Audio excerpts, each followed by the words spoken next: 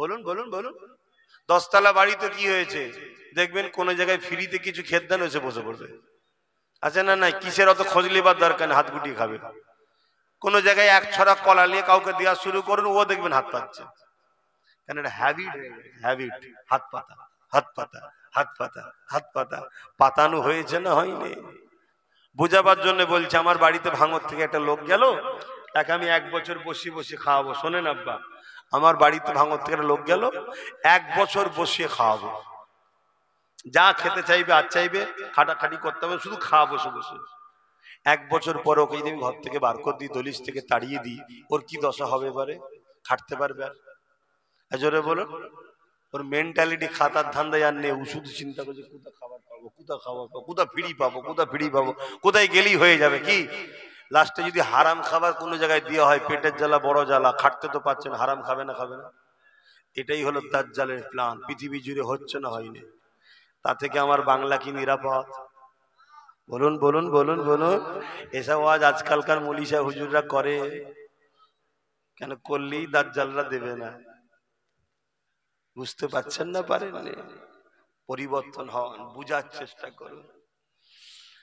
আল্লাহ নবী জানিয়ে দিলেন, দাজ্জাল আসার পর মানুষের কবর কোন ধারে ধারে যাবে। আপনার দাদুর কবর কোনটা জিজ্ঞাসা করবে, আপনি দাদুর কবরে দাজ্জালকে নিয়ে যাবেন, সে বলবে কবরবাসী ওঠো, মুখের দাদু ওঠো। আপনার দাদু উঠে পড়বে, দাজ্জাল তাকে বলবে তুমি কি আমাকে খোদা বলে মানো? আপনার দাদু তাকে খোদা বলে মানবে। তখন একে বলতে লাগবে, বলতো দেখি মরাকে কে জিন্দা করে? স্বাভাবিক তুমি আমি জানি মরাকে যিনি জিন্দা করে তিনি কে? আরো জোরে কে?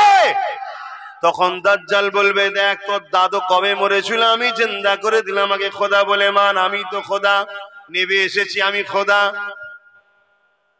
শুনছেন? ঈমান আছে তো আমাদের? এগুলো শুনতে হবে না? শুনতে গেলে ধরা দিতে হবে তো। ধরা দেয়? শুধু ছুটছে তো। ফুরফুরা শরীফে যাচ্ছে, মুসাফা করছে, পালাচ্ছে এখানে এখানে। আমার দলি যেতে আবার যাই না, আমার দলি যে যাই না। কেন যাসনি রে বাবা? বলছে সিবিআই ছাড়া আছে, আইবি ছাড়া আছে। গাড়িতে একটা চড় ছেড়ে দিয়েছে, কোথায় যাই দেখবি, সব জায়গায় যাই, যাক আব্বাসের কাছে যেন না যাই। কথা বুঝছেন? প্রথম বলেছিল ফুরফুরাতেই যাওয়া হবে না। কি বলেছিল? যাওয়া হবে না। কিন্তু ফুরফুরায় কিছু কিছু তো আছে এদেরই, তারা তো ফোন করে বলেছে, সব বন্ধ করছিস কেন, আমাদের কি হবে তাহলে? বুঝতে পারছেন না? সব বন্ধ করে দিলে আমাদের কি হবে? ওর কথা বাদ দে, ওর কাছে নাই যে দিবিনি দিবিনি দিবিনি, আমরা তো তোদের দিকে, আমাদের কি সমস্যা হলো? দেখছি তাহলে কি করা যায়। প্ল্যান মাথায় ঢুকে গেছে। কি? গাড়ি পিছু একটা করে সিবিআই ছেড়ে দিয়েছে, পিছু পিছু ঘুরবি, কোথায় যাই দেখবি।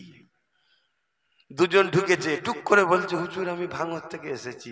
মুসা ভাই পালাচ্ছিস কেন? বলছি এক্ষুনি দেখে ফেললো, অসুবিধা আছে, সিবিআই আছে। এ যুবক, এভাবে বেঁচে থাকার থেকে না থাকা ভালো। এটা আব্বাস সিদ্দিকীর বিশ্বাস, এটাই আমার ইসলাম শিখেছে। একই জিন্দেগি, একই জিন্দেগি, আল্লাহ ছাড়া কাউকে ভয় করবে না। কাকে ভয় করবে? আল্লাহকে। আমাকেও নয়, পৃথিবীর কাউকে না। একমাত্র যে তোমার মৃত্যু দিতে পারে তিনি কে?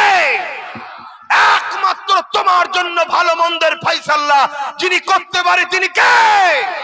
যদি তোমার আল্লাহ ভালো দেয়, ভালোর পিছনেও পরীক্ষা আছে। যদি আল্লাহ তোমাকে জালিম হুকুমতের কাছে অত্যাচারিত করে জেল খাটিয়ে তোমাকে বিনিময়ে জান্নাত দিতে চায়, এটাও তোমাকে রাজি হওয়া দরকার আছে, ঠিক না বেটে? মনে রেখে দিও, ইমামে আজম কেও জেল কাটতে হয়েছে। ইমামে আজম কি ফতোয়া চেঞ্জ করে দিয়েছিল? যদি ভালোবাসো যাবে, দুনিয়াকে ভয় করে নয়, বুক ফুলিয়ে যাবে। ভাইয়ের কাছে এসেছি, নবীর গোলামের কাছে এসেছি, নবী বংশের সন্তানের সঙ্গে দেখা করতে এসেছি। হ্যাঁ আলহামদুলিল্লাহ। অহংকার ন আম্মা বিনিআমাতি রাব্বিকা ফাহাদ্দিস। আমার দাদু জুলফিকার সিদ্দিকী, আমার দাদুর আব্বা পীর আল্লামা শাহ সুফি মুজাদ্দিদুজ জামান আবু বকর সিদ্দিক আল কুরাইশি, ইনি সিদ্দিকে আকবরের খুন আর আমার নবীর খানদানের সন্তান। জোরে বলুন সুবহানাল্লাহ। কথা বুঝে আসছে। আর একদিক দিয়ে ইনি হযরতে মৌলা আলী হুজুরের সন্তান, বংশের সন্তান। জোরে বলুন সুবহানাল্লাহ। যাক, ওদিকে আমি আর আলোচনায় যাচ্ছি না। 4:30 পর্যন্ত হবার কথা, তো একটু হবে না থাকবে? 3:45 বাজছে, একটু বলবো। একবার দরুদ শরীফ আল্লাহুম্মা। কাউকেই তো আমি বসাইনি, আর তুলবো কি করে? যে বসিয়েছে সে যদি তুলে লাই চলে যাবে। কে বসিয়েছে? হ্যাঁ, আল্লাহ বসিয়েছে। আমি বসাতে পেরেছি নাকি? হ্যাঁ, এখানে না বিরিয়ানি আছে, না আর্ধেক উলঙ্গ নারীর নাচ আছে, তারপরে এসে জুটে বসেছে কি জন্যে? এ সব আল্লাহর প্রেমিক, নবীর প্রেমিক, তাই জুটেছে। জোরে বলুন সুবহানাল্লাহ। হতে পারে খালি মাথায়, হতে পারে প্যান্ট শার্ট পরা, বাইরেটা পচেছে, ভেতরে ঈমান এখনো ঠিক আছে। জোরে বলুন সুবহানাল্লাহ। যদি খুলেআম আজাদ দিয়ে দেওয়া হয় যে ইমানদাররা ইমানদারের মতো কাজ কাম করবে, তাদেরকে বাধা দেওয়া হবে না। আলহামদুলিল্লাহ, আজকের দিনে পৃথিবীর কোন জায়গায় কি আছে জানি না, বাংলায় ইমানদারের সংখ্যাটাই বেশি হয়ে যাবে। জোরে বলুন সুবহানাল্লাহ।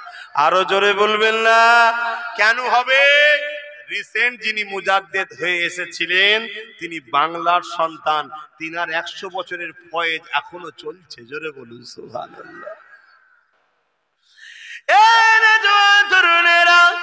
আল্লাহ নবী জানিয়ে দিলেন এমন করে পৃথিবীর জমিনে দাজ্জাল এসে মানুষকে ধোঁকা দিতে লাগবে। যদি কেউ তাকে খোদা বলে না মানে, এমন করে তাকে কতল করে দেবে, টুকরো টুকরো করে দেবে, করে দিয়ে আবার জিন্দা করে দেবে।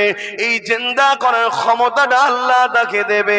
এ যুবকেরা এমন করে জিন্দা করে দিয়ে বলবে যে আমাকে আল্লাহ বলে মানো। আল্লাহ রসুল বলছেন আমার এমনও যুবক উম্মাহ সেই সময় থাকবে, তাদের জবান দিয়ে বেরোতে লাগবে